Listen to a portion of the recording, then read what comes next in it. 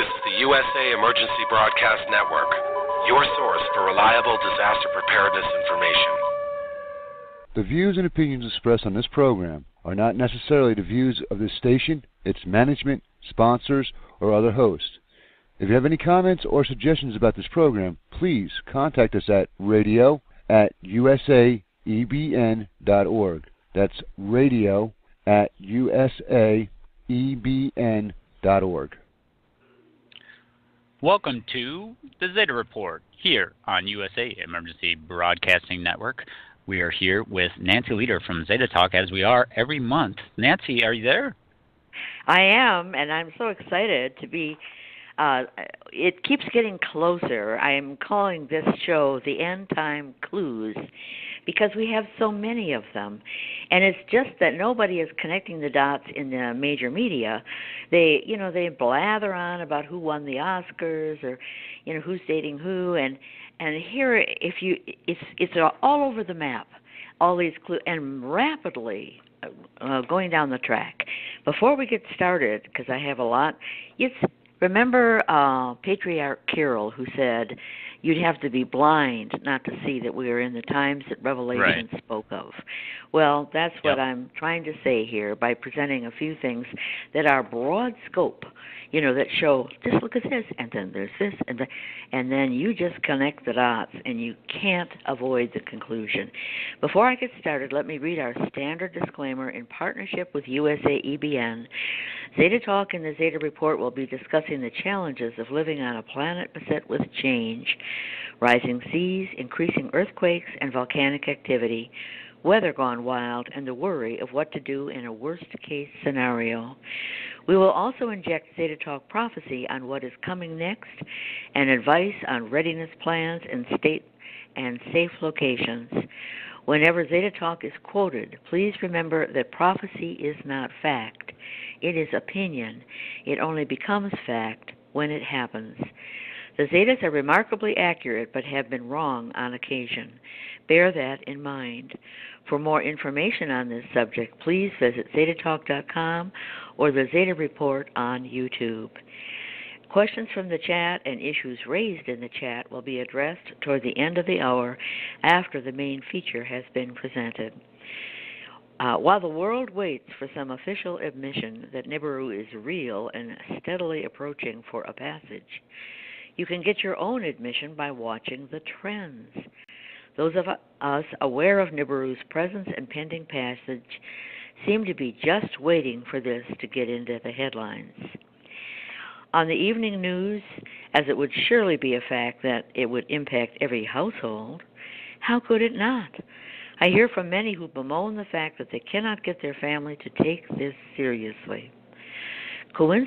Coincidentally, the enigmatic Q, who is apparently a U.S. military intel guy holding the top security clearance, which is Q, who has been posting on Twitter since last October. He has a definite accuracy track record and posted a photo on February 16th titled Just That. Just Waiting. That was the name of the photo. It was a standalone, so you couldn't mix it in with all kinds of other codes and hints and that type of thing. There it stood, blunk. Well, it was a photo of a cloud-covered sun above palm trees. So speculation among Q fans ran to, that's Gitmo, or maybe it was Palm Sunday coming up. But I played with hues and brightness contracts and color inversion and all that kind of stuff. And there it came. There was the sun behind one big bright orb behind the clouds that would peek out in various places. And right around the 4 o'clock position, guess what we found? I found that by improving the saturation of that photo, I could get that the sun and Nibiru and its immediate big moon swirls that are close to it, came out as a much lighter blue, and everywhere else where there was sunlight, it was a different color, much darker. So it's the typical thing that I can compare to Alberto's photos, the string of pearls that hugs close to Nibiru, and actually I included in the photo that I'm going to be showing on my YouTube channel, Alberto's photo and Q's photo, enhanced and not enhanced. You be the judge. Anyone watching the trends has their proof. Earthquakes show plate movement patterns. High and low tides show the daily earth wobble. And articles in the media increasingly focus on and remind the public about what is coming. Here's an example. For instance, the recent tsunami warning for New York City. On February 6th, a tsunami warning went out on Twitter for New York City, in fact, for the whole East Coast, all the way down to the Gulf. A buoy had detected low water, the common sign that water has pulled away from the coast and will return with a vengeance in the form of a tsunami. It is too late to wait until the tsunami is roaring inland. One must issue a tsunami warning at the first sign that a tsunami is pending.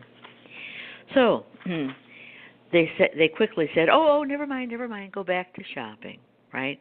This tweet was quickly retracted, and in fact it went out on people's cell phones. They had signed up for this. The tsunami threat denied and claimed that it was a test gone wrong, but the buoy told the truth. The buoy had done the right thing. It was not a test. The buoy was located along the Hudson Canyon in deep water, not in shallow water where nearby boats might create confusion. The cover-up excuse? A test gone wrong. A software error. But you can just see it there. The buoy said, "Oh, look, everything's gone shallow. Uh-oh." It did the right thing. Almost simultaneously, on February 1st in Venice, Italy, the gondolas were high and dry, no water. And on February 5th in India, the popular Rushakonda beach on the east coast of India was suddenly drained of all its water. These phenomena are wobble-induced, signs of the daily earth wobble caused by the approach of Nibiru. The excuse for Venice, it was lack of rain. But they were all high and dry, like not a drop in some of these canals, So, and the India beach blamed on the moon. But the local fishermen spread the word that a tsunami was about to arrive. They weren't going to be fooled. Now we go and jump to earthquakes up in the Aleutian Islands. On January 23rd, a magnitude 8.2 quake struck in the Pacific, just off coast from the Aleutian Islands. This quake was not on the North American plate, but offshore in the Pacific. In that quadrant of the Pacific, the Zetas call the East Pacific. They have said that the Pacific is not one plate, but it's a big plate that runs down along North America and includes the Hawaiian Islands, and then there's another flip over, and then, snugging up against Japan, and then the South Seas are a third, and then there's a little triangle there around the Solomon Islands. This quadrant snugs against the Aleutians and down along the west coast, and historically, Hawaii rises during earthquake activity, so you can guess that the platelet next to Japan is pushing under the Hawaii, platelet. Well, the Aleutian quake caused the water levels in Florida to spike. 3,800 miles away. That's a long reach. Those tsunami warnings had been issued, none occurred. Since the Pacific Plate quadrant borders are all underwater, the fact that they now had compressed would not be easily detected. In other words, they overlapped more. But with the Pacific further compressed, North America was now more free to pull to the west.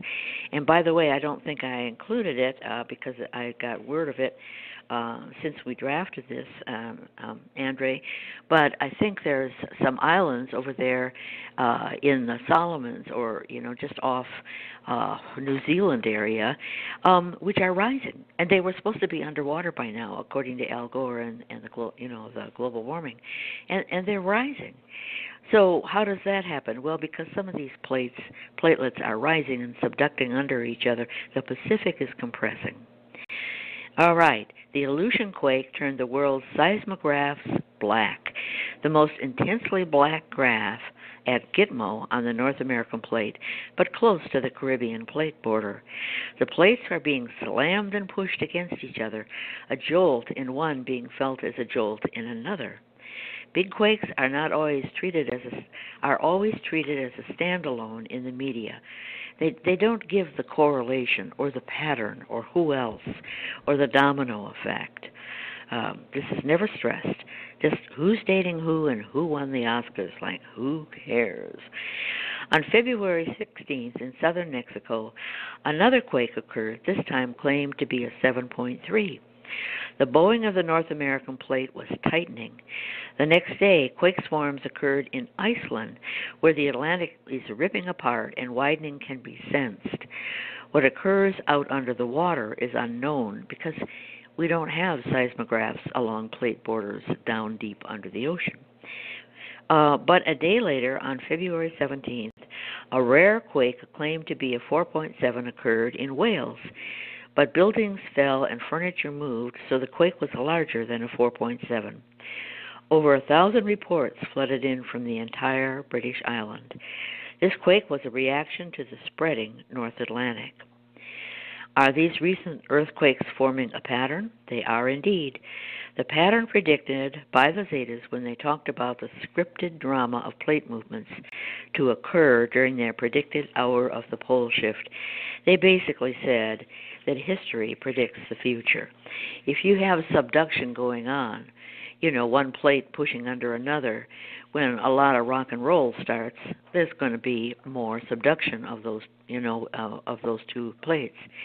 So that's what they mean by scripted drama. You can just about figure out what's going to happen and where. Due to prior plate movements and when Pangeo broke up, plates will either pull apart or subduct under one another and are thus positioned to do more of the same. The Atlantic has been widening, the Pacific compressing. Thus, the plate movements during the run-up to the hour of the pole shift likewise follow this script, albeit more slowly. This process has become known in Zeta Talk land as the 7 of 10 plate movements. Now, this all comes because someone in 2008 said, where are we if you say 10 of 10 is the pole shift? And in 2008, the Zeta said, well, we're like a 2 or a 3, and then we stepped through. And finally, the 7 of 10, around 2010, became known as when we're going to have all these plate movements. And they detailed what would happen, but you can never tell the time frame because we're not supposed to know when lightning is going to strike or when earthquake is. This is our schoolhouse. We're supposed to be surprised so that we jump up and help others. And if we knew everything, it would be like cheating on exams.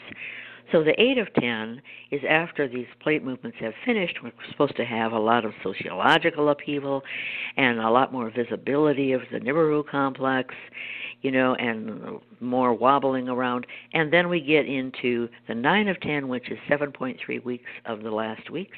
And then the 10 of 10 is the hour of the pole shift. Okay, 7 of 10 is encapsulated into that phase, the run-up to where 10 of 10 is the pole shift.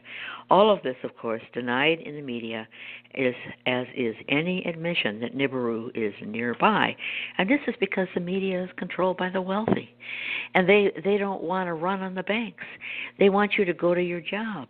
They want you to, be good little boys and girls and not make demands on them. Meanwhile, they have their bunkers, et cetera, so that it's not for you that this cover-up has been going on. The Zetas described the plate diving under the Himalayas as the break during plate movements, as when it moves, the other plates are then able to move. Thus, the gradual sinking of India and Indonesia were the first of the 7 of 10 plate movements. When seawater inundated islands in Indonesia in 2011, the well-controlled press there reported it was all due to rain. I kid you not. We got so frustrated. You know, the local press would say, yeah, but it's seawater moving in, and, oh, no, it's rain, it's rain. Well, how come this is salty? The populace moved to high ground and adapted, and the world stayed asleep. Jakarta, the capital, built seawalls, bringing in experts from the Netherlands. Then it was announced that the capital would eventually be moved from Jakarta on the island of Java to the highlands of Borneo, where such inundation from the sea would not be possible. Borneo has good highlands. Meanwhile, seawater would periodically rush through Jakarta's city streets. Now Jakarta seems no longer able to keep up, with the floor of the stock market collapsing under startled traders and the seawalls leaking. After India and Indonesia, the 7 of 10 plate movements involved tilting of the Philippine and Mariana plates. These plates are primarily underwater, but recent progress on the Philippine plate tilting can be seen on earthquake maps. It's very impressive.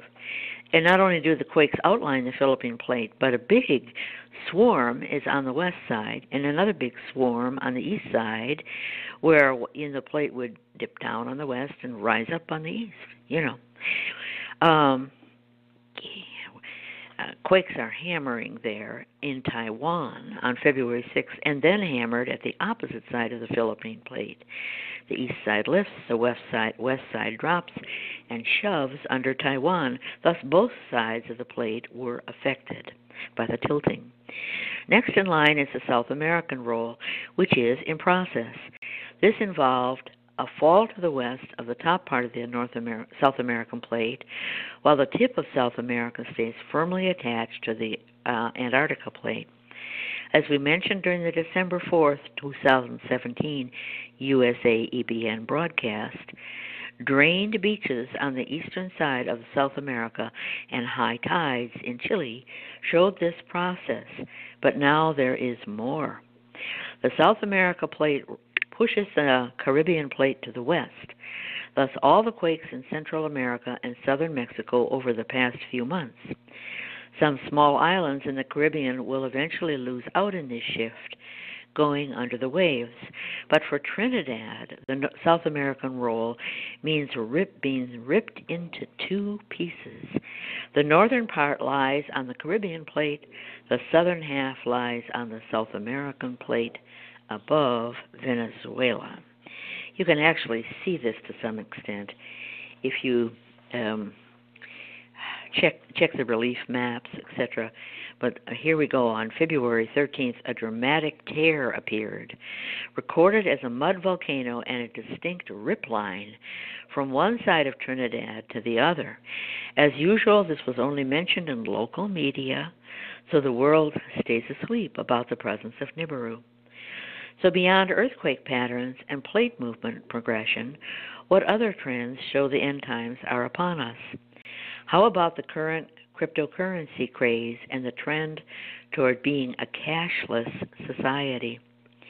As the Great Depression showed, the banking industry is fragile and can go bankrupt if the public does not make mortgages or credit card payments. Stock markets may boom and lure investors, but as the 2008 housing bubble showed, this too can go poof.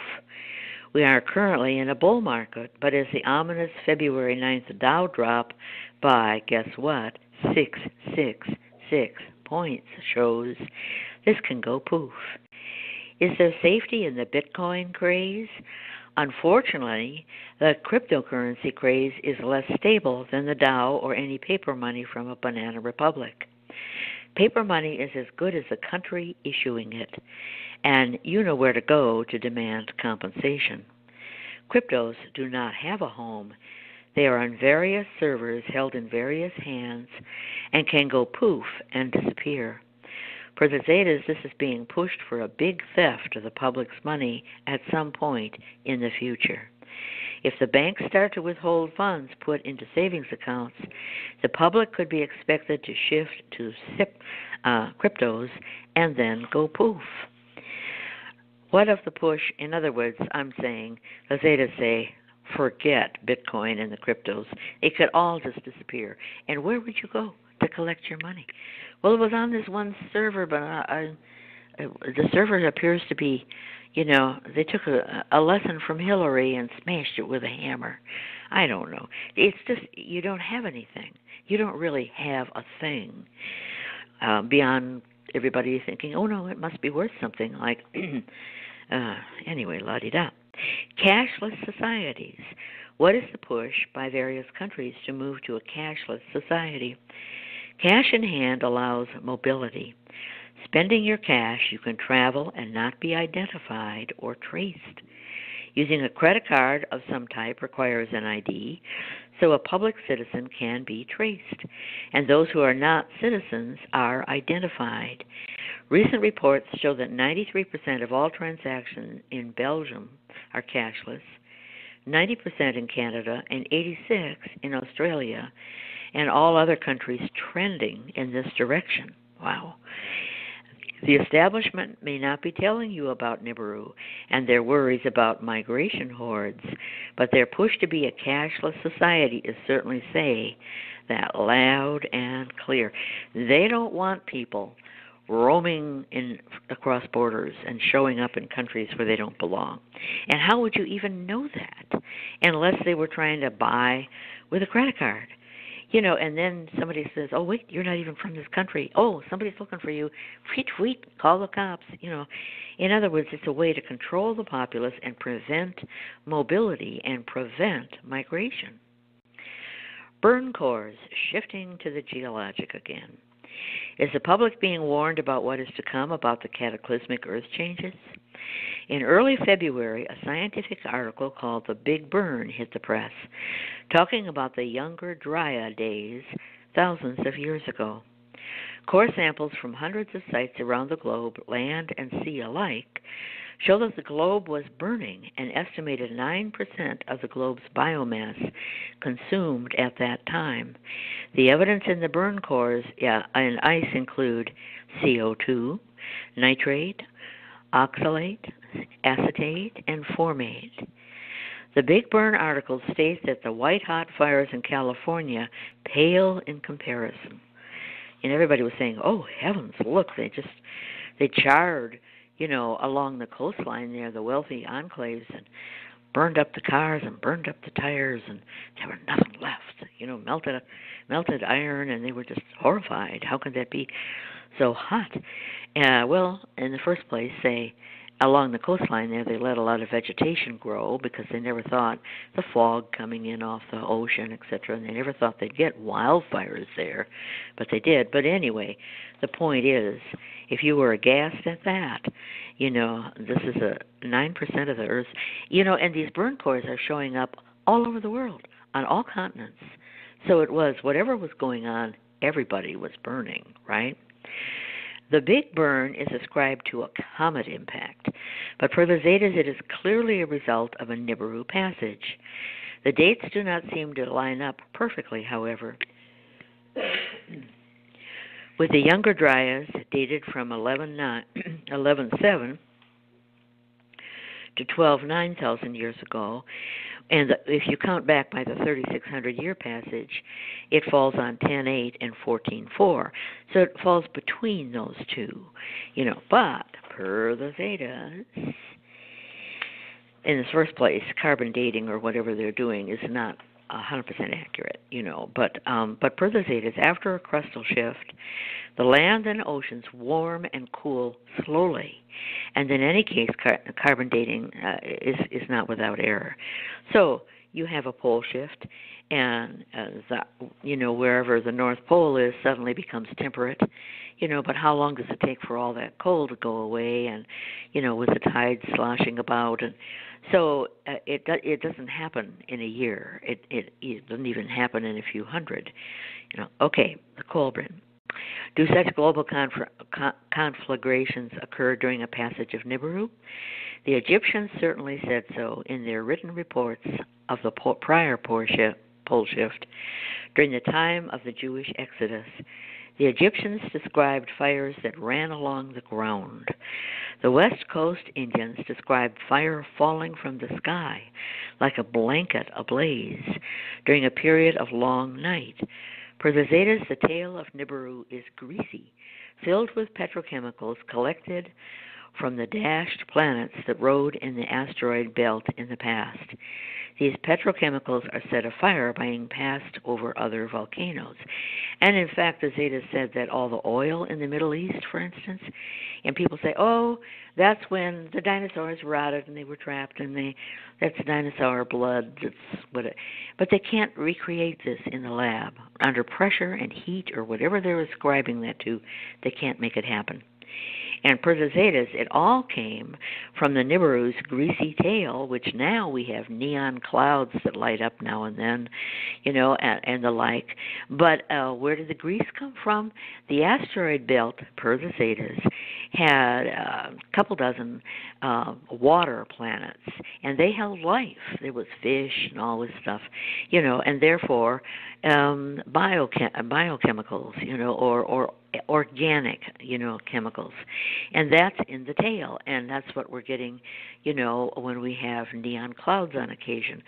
So during the passage, the volcanoes are hot, and the tail wafts over the volcano, and it forms, what cracking is breaking down oil into finer gasoline or whatever.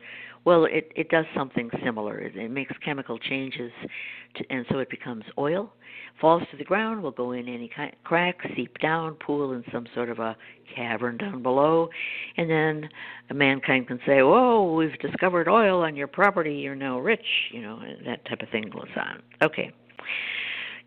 What about lightning? Most wildfires are lit by lightning strikes. Will lightning be on the increase during the pole shift? Lightning is prevalent during storms when the atmosphere rolls, and this will certainly be the case.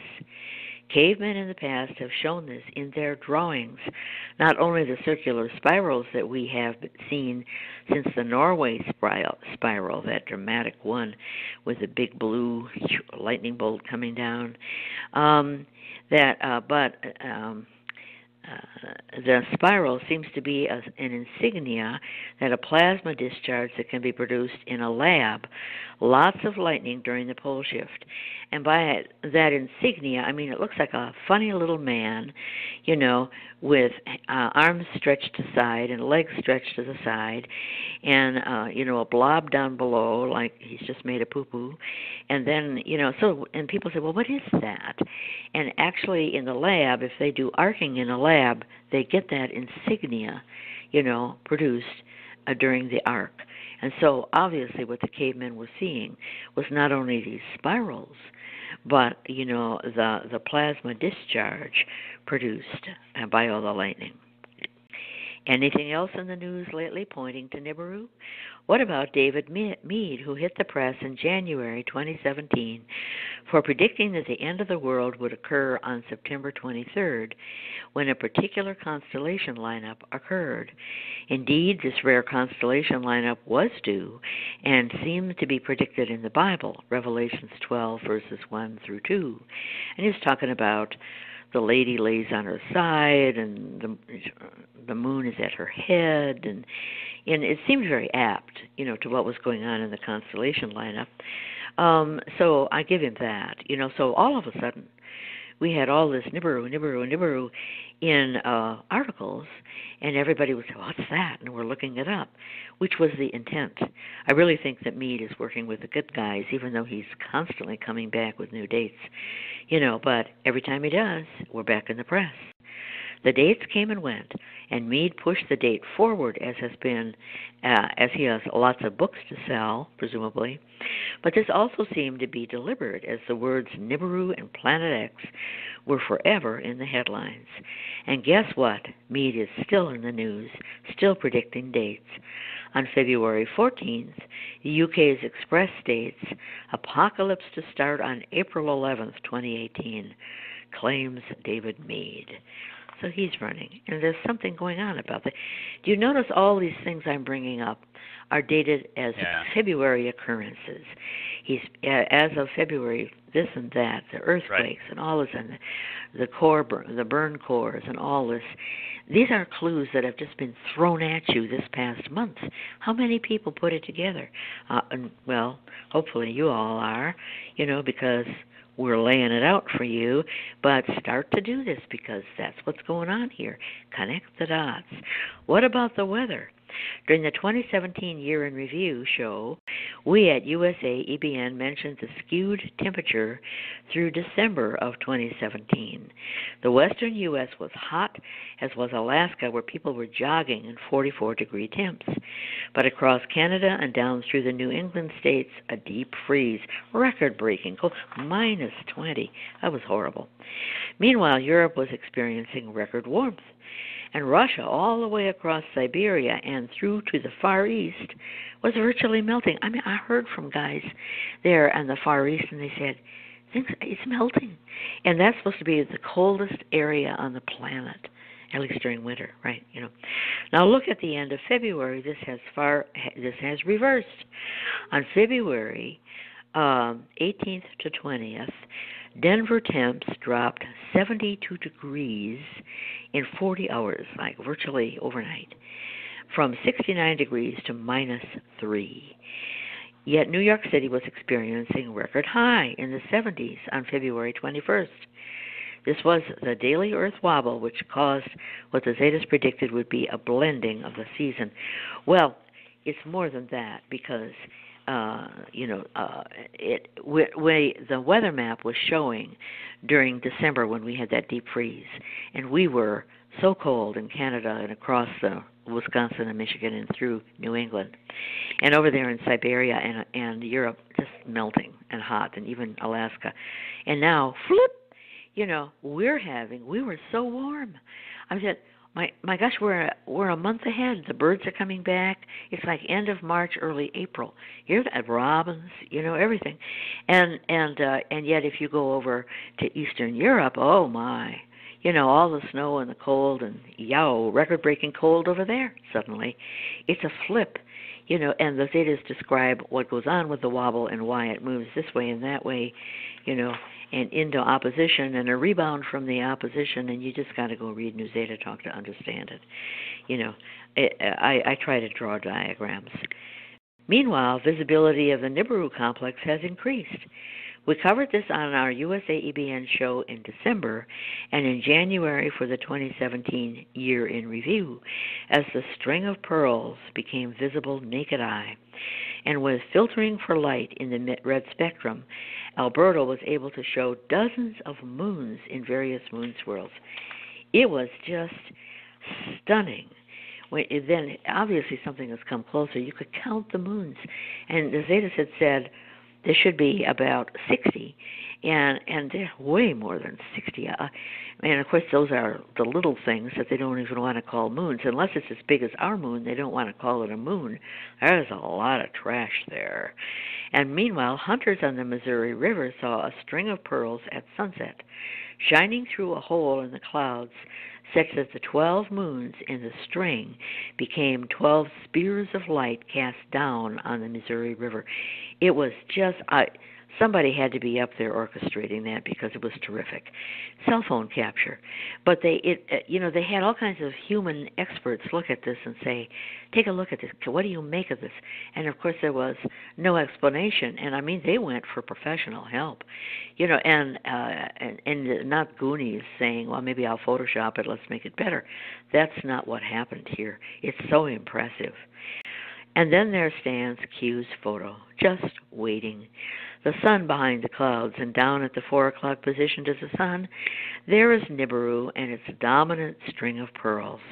This is one of the best ways to see the Nibiru complex, when the sun is behind clouds, dimming its glare. Yep, and I think Q knew that. I suspect they read Zeta Talk. Anyway, do we need an official announcement, such as the one made by the Russian Patriarch Kirill last November 20th in a Moscow cathedral? The Patriarch Kirill stated, And I quote, "You have to be blind not to notice the approaching awe-inspiring moments in history that the apostle and evangelist John was talking about in the book of Revelations." End quote. Let's not be blind. The clues are all around us. And that's the end of my prepared statements. And I think Andre has a whole bunch of subjects he would love to toss out and talk about. Right, Andre? Well, I think so. I mean, February of this year, again, we're going through basically a year and a half worth of documentation in this episode, most of which has happened in the last couple of months. When you say, I mean, the ramping up of the earth changes, the sightings, and then what's going on with governments as well. And Q, with a photo. Yeah, he has such a fan, and I've followed this since several people dragged me to it and said, you just have to look at this. And I found that he is very accurate in his statements. Not if you say, okay, he said, what happened last Thursday was, forget that. You're just a commentator, But for instance, when we had the Greenbrier train go off the rails, and not the whole GOP, but the major players in the GOP, Republicans were on that train with their wives and children, and they were going to go up to Greenbrier and have one of these, cheerleading, whatever the heck. Anyway, it was very suspicious because a dump truck, and these are really heavy trucks, was stretched across the tracks, even though, the fence was down, ding, ding, ding, don't go across, and the train impacted the dump truck but did not derail. It was supposed to derail, but the Zeta said, well, there was intervention, so that the only thing that happened on that train was that somebody got a mild concussion. It was like, no way. Yep. So at that time, Q said, there will be another, right? And he didn't say which train or whatever, but sure, a month later we had that one in South Carolina, which is Trey Gowdry's state, and it was clearly sent as a warning. And this one did derail, and this one had a few deaths, and it was, I'm trying to remember what the deal was. Somebody had the switch wrong. The switch was in the wrong position, so that an Amtrak, went into a parked, hauling cars and the like, parked train hauling cars. And the switch had been set by the professional with a lock on it that had a key, so that you can't just go and say, well, let's throw the switch. That can't happen. You have to have the key. And so somebody went in there with the key afterwards, after the man did it, the professional engineer, and switched it so that the Amtrak went right into the parked freight train. So he's done a lot of that, and things that I have pointed out, where he is saying something and then it happens, to the extent that I take it seriously. And he supposedly has shown photos from Trump's airplane, Air Force One, on his account, which indicate that he's probably, on occasion at least, on the plane with Trump, right? So we don't know who it is. He doesn't have a name, but there you go, So I follow him, and I certainly follow the Patriarch Kirill, and there's stuff coming out all the time. People are getting more and more pointed about, you should pay attention to this and pay attention to that. So that said, yes, Q. So what else do you want to talk about, Andre? Well, to tie into that too, it's like the less trust the general public, and we're talking about the common man here, not the people that follow Zeta Talk or USA EBN. Some of those folks know what's going on as far as Earth changes. You can figure it out, but the folks that we call the sleeping populace, or those without eyes to see, are starting to see through some of the lies that are being pumped out by the media. We used to call it mainstream media. Now it's just all media.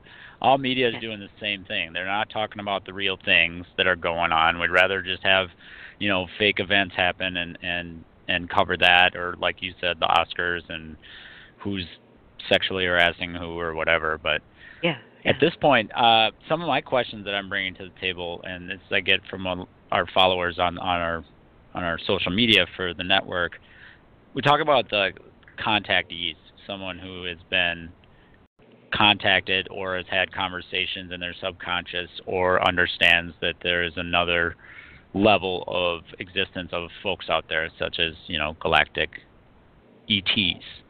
And those folks are called contactees.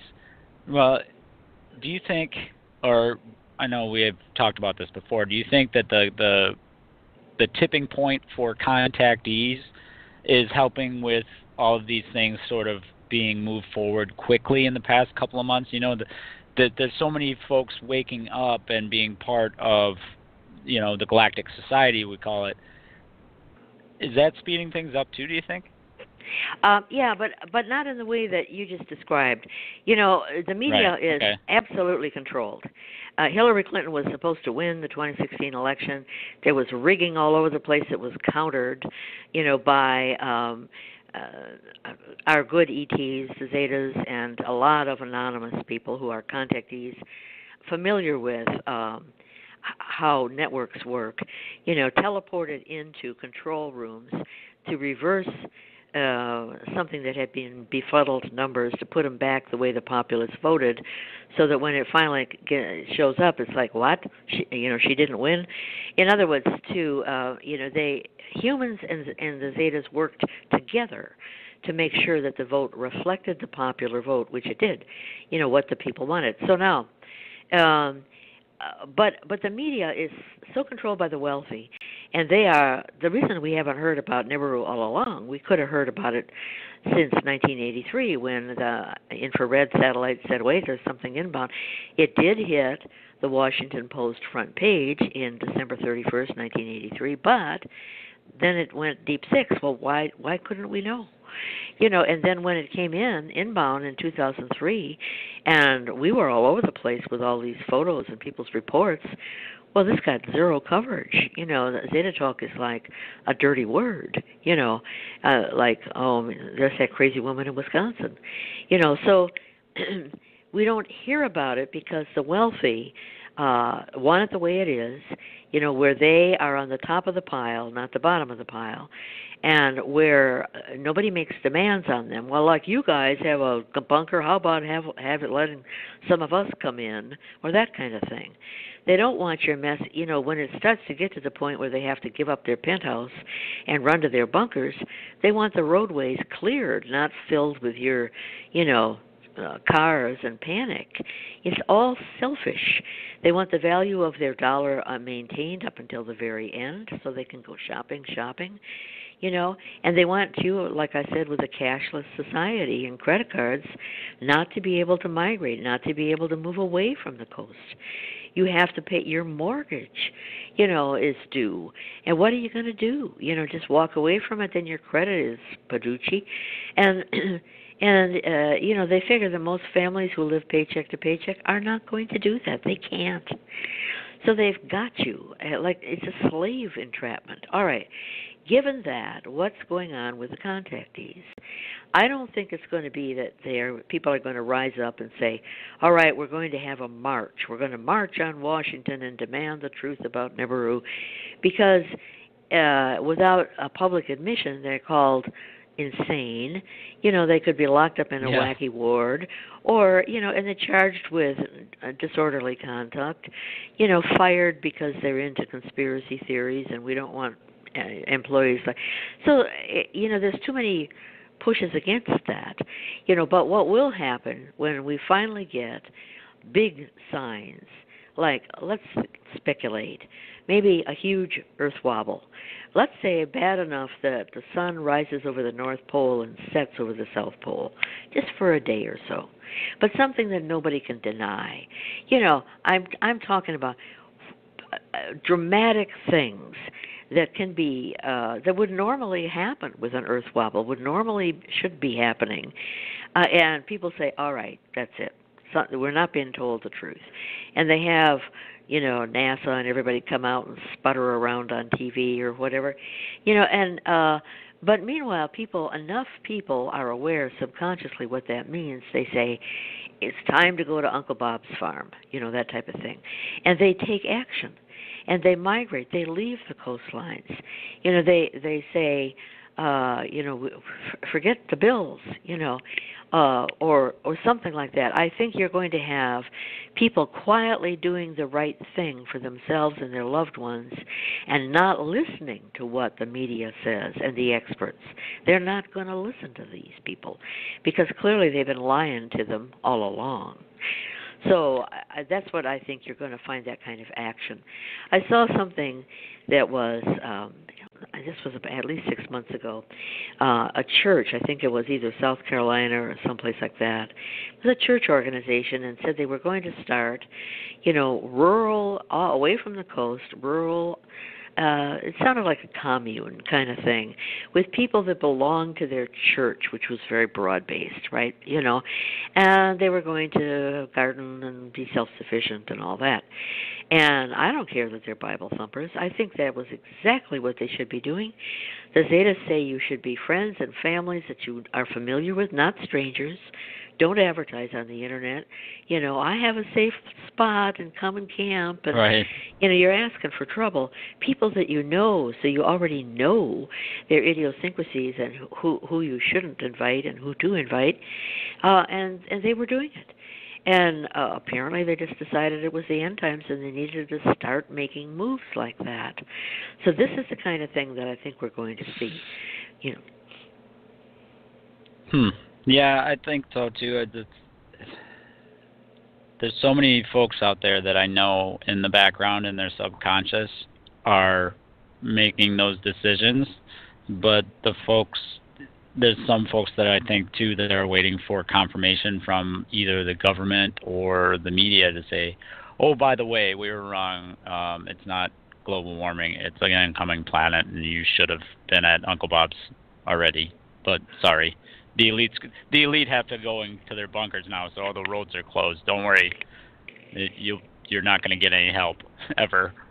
That's right. And then all the broadcasts go blank, and then that's it. Everybody's on their own, except for the rich people. See, that's what we're trying to do is get people thinking about stuff like that. You need to think about what would happen if you got to go tomorrow, or if you got to go right now. Yeah. Bug now remember. Out. Where are you going to go? Remember. You're going to have 7.3 weeks of the last weeks, and that includes, a severe wobble flipping to the right and to the left, and then North Pole flipping away for 3 days of darkness, and then the globe overreacts and actually turns upside down for 6 days, sunrise west, as the hadiths in the Muslim religion say, and then, slowly rotation returns, but and then we get a slowing, for like 18 days, and then finally we stop for 5.9 days, exactly according to the Zetas, and then whoosh, here comes the passage, and now we have the crustal shift with all those big tidal waves. Now 7.3 weeks is a lot of time for a lot of people. Even if you can't drive your car because they've blocked the highways, you can hopefully hike, ride bikes or something, so to get away, because if you're 100 miles away from the coastline, for the pole shift, 200 miles up and 100 miles away, you will not be taken out by tidal sloshing during the hour of the pole shift. If you're close by, you have to worry about being 500 feet up, because when the water tide comes up and it flows inland, it diminishes in heights as it, goes into rivers and ravines or whatever. So there's a lot of, that's what they say, 500 feet up along the coastline, but if you're 100 miles in, you need to only be 200 feet up. And then you get past the last weeks. Now, an awful lot of people will start gardening in container gardens if they're in the city, putting gardens in their lawn. Who needs a big expanse of grass? We're going to grow pumpkins and corn and whatever, amaranth and lysine-rich foods and tomatoes, and learn how to save seed. And I'll bet, we don't really have statistics on the uptick on that. But every once in a while, there's an article. There was a guy in L.A., and in a drug zone basically, and he had banana trees and all kinds of stuff around an old swimming pool that nobody ever used anymore. It was just vacant, but he had, and the neighborhood kids, and he taught them how to, save seed and plant and such and such, and it was just so inspiring. People are doing this kind of thing. They are not waiting. Green Power was a guy in Milwaukee. Do I have it right? Growing Power, Growing Power, probably. And anyway, he's incorporated, and he's been used as a consultant in all kinds of cities, Chicago and all kinds of cities. He's a black guy, and in the inner core, right, worst of the worst. And he brought in a bit of soil to start with, and they grow earthworms with the compost. And that produces your own nitrogen, so you don't have to buy fertilizer. If you have earthworm-rich compost, it's terrific. It's the best fertilizer in the world, let me tell you. That's what I've heard from fertilizer producers. So, and grow produce and sell it to local shops or eat it or whatever, and it works. And everybody just gets busy, and why wait? And they're not waiting. They're not waiting. So I don't think it's going to be the last minute, get your bug out bag. I think it's going to be something like a gradual trend, but the trend will not be linear. It'll really start to zoom upward as it becomes more obvious that they've been lied to and that Nibiru is real. And it's showing up. People are saying, "Oh my gosh, look at that. What's that in the sky?" And they don't even need filters. They don't need anything fancy to dim the glare of the sun. And they see it and they know. And right away, chatter is, "Oh, it's Nibiru. It must be Nibiru." And they know where it is. And so it's going to become more obvious, and people are going to be gradually becoming self-sufficient. And by the time it gets to the point where the people that are the elite want to control you and tell you where to go. Now, we have a camp in Kansas, and anybody who goes there can have a place to stay, and blah, blah, blah, and never mind who's running this and that are, we're associated with major banks and rich, wealthy people. That's a slave camp. Don't go there. Uncle Bob has small farms, relatives, that type of thing. Make your contacts. I tell people in cities, why are you planning to go to Disney? What do you get out of that? Whoop-de-doo, I talk to Mickey Mouse. Go to a small farm. Older people that are having trouble maybe lifting and heaving some of this stuff, they have chickens, they have a couple pigs, they have maybe cattle or whatever, and dairy cattle maybe, and you go there and they have hand tools. For a child, this is an adventure. Everything, it's so new, and they're learning it, and it's so real, and it's cheap. You can go there and maybe just give the farmer a little bit of money, or maybe he'll say, just come and help me out, because it's planting season, and I won't charge you, and you don't charge me. Now, when the stuff hits the fan, you have a place to go. They know you. You know them. And you can pick up and go. All right. Make those contacts. Yeah. It doesn't have to be somebody, when you're putting together thoughts about creating a community or a unit of people where you're going to, survive something. I don't want to use the terms like prep or survivalist, which I just did, but think about the people you'd like, not necessarily to hang out with, but work with, like a coworker, or you just think about the type of people that you'd be looking up would be folks that have similar interests but not the same as you. It doesn't have to. And then with your group too, when we talked about this on prior episodes, right, Nancy? With the group, we want to have different folks with different skill sets and different technical abilities in there. So you can't be all doctors or all electricians or all farmers. You have to have somebody to watch the gate and keep an eye on security, and then you have to have somebody with some sort of medical knowledge, and if not even better, dental. I've seen on The Walking Dead that some of the guys, one of the guys is a veterinarian, but he ends up being a doctor. So I mean, it's like, well, you have to cut corners every once in a while.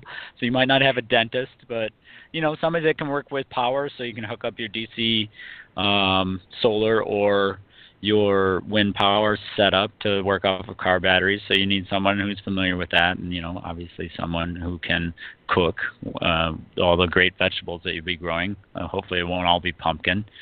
And so when you're thinking about your community or your group, think about that diversification too. Kids can do a lot of different things. Like 8 to 10-year-olds can do a lot of things that you think that, especially these kids coming up right now, I think that's the next wave of folks. But don't discount them just because they're of age, or even the older folks, right, Nancy? I mean, they can have. Oh yeah. They can help with all kinds of things. Oh yeah, Grandma can knit and shuck corn and sew things and mend and do dishes or whatever, chop up vegetables and stir the soup and exactly. So actually, what you were describing, it's not exactly like putting an ad out and saying, I'm forming a survival group and we need an electrician. And what is likely to happen is that people are going to be guided to find each other. And this happens all the time if you're a contactee, and you're up in the spaceship and you're wringing your hands and say, well, what can I do? My wife is a nurse, but I just heave lumber around, and and so I don't know. We don't know anybody, and they say, well, go in this direction and this and that, and they do. In other words, with more specifics, guided. In other words, guided, and. And all of a sudden, you're encountering a group that needs you, it's a nice fit. And believe me, this stuff happens all the time. It happens with romances. It happened with me and my second husband. I knew I described him to a T long before I met him, and he me. And I'm sure we were introduced on spaceships. I even picked up and moved to another state. And so it was totally guided. And this happens. I don't have percentages, but let me tell you, if your heart is pure, and the like, ask for help, from benign aliens, and you will be talking to these people on spaceships before you ever meet them, and when you meet them, you'll say, oh, gosh, you won't say you look familiar, but you'll have that feeling, that you know who they are. Yeah. They're not a stranger. You'll quickly embrace them is essentially how it works. And I can't tell you how many times I've had that happen. So, yeah, don't place ads because you'll put yourself in danger. Right, the Craigslist or whatever, you're just looking for trouble. Oh, yeah. And you'll get it, too, yeah. It's funny, too, Nancy, it's like you meet these people and they're awake, and obviously a contactee. I mean, you can't really ask right away because it kind of freaks people out. But funny thing that I say to people is like, I've seen you at the meetings. They're like, meetings? What meetings? Like, then a wink and Yeah. Or you can bring up some of these happenings like, did you see where New York City had a tsunami warning and yet and the buoy actually registered low waves? What's that all about? There seems to be an awful lot of sloshing water lately. And if they are thinking the same kind of thoughts or along those lines, you might get into a conversation, and one thing leads to the next, or geological changes.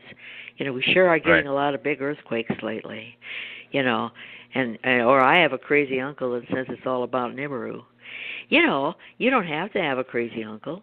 You throw it out there and see how they react. You know, so there you can break into the conversation that way. You know, pointing to geological changes or what's going on is a good way, or talking about what's in news articles. You know, right. Like Nibiru or so. That crazy David Meade is coming up with yet another date for the end of the world. You know, and I don't know what this Nibiru stuff is anyway. You know, so that'll get you. And if they don't want to talk about it, if they get real stony, then they're scared. And actually, a very large percentage of people will be in total denial. They will not, even when it's there on top of their heads, they will say, oh, no, let's just bake a cake. It'll be fine tomorrow. You know, so that practically 50% of the populace is going to be pathetic, you know, and in denial. And the other 50% are going to have to be strong, you know, and resourceful and say, you know, and lead them by the hand, you know, pack Mildred in the car because, you know, she can't think straight, you know, and she's, oh no, everything's fine, but I'll go for a ride in the country with you, you know. So be prepared for a lot of reactions of absolute hardened denial. And for the Zetas, the more you push, the harder they will deny. You can't deal with denial by arguing. You present it to them, and if they're obviously in denial, then back off and leave them be, because pushing will only harden that, you know. So, we're getting to that time, aren't we, Andrew? Yeah. Yeah, we're it's a lot of there. Programming to cut through, you know, with everything that they want to hang on so bad. It's like, that is so wrong, but you want to believe it so bad. It's right for you. And fearful. They're fearful. Yeah. You know, like how many wives who know their husbands are having an affair, and they do the laundry and there's the lipstick on the collar, and they say they don't see it. They just don't see it. Because to look at it means that they would have to admit it, and then they would have to do something about it, and they really don't want to go and get a job. They really don't want to break up their marriage. You know, so there's these reasons for denial. You know, so people... anyway, we do it in human society all the time now, and it's just going to get worse when Nibiru is obvious. So you guys got to be the staunch ones. Our listenership has to be the staunch ones. Don't be blind. Start making your preparations. Learn how to save seed. If you can, get free-ranging chickens. Sometimes neighborhoods allow them, you know, suburbans or whatever. Or out in the country, make your contacts out in the country. Learn how to use hand tools. Study some windmill books, you know, how to make windmills out of your car's alternator, you know, and pieces of metal or boards or whatever. The alternator, get an electronics book for that. You know, just simple things. You know, if you go through our past USAEBN lectures that are specific to survival, rather than nattering on about, oh, Nibiru's more visible. Well, forget that. You know, you've already, you know that. You know, just the survival ones, the main ones. You know, about how to generate your own electricity, safe water. How do you get vitamins from weeds and bugs? You know, that type of thing. And just go for it, because you will be a hero for a lot of people. Yeah, you can teach them, like we're trying to do here. So it's another great resource to check out. Also is the sister site to ZetaTalk.com. It's called the PolShift, one word, polshift.ning.com. So it's polshift.ning.com. There's a lot of blogs on there that follow the different events that are happening. Say Earth changes, right? Yep. Earth changes, airplane crashes, train derailments. Sightings in the sky is very popular as well of the Nibiru system. Yep. And also the cover-up, you know. Yes, They're trying hard to fight it, subjects. Too. Yeah, and it's a historical archive, yes. And very well done, you know, and people very dedicated, you know, pointing all this stuff out. So you can't deny it. If what we did tonight is clues, This is the mega clues, because they go back all the way to 2009, showing here's what's happening with a lot of detail. It's a huge site. Yeah.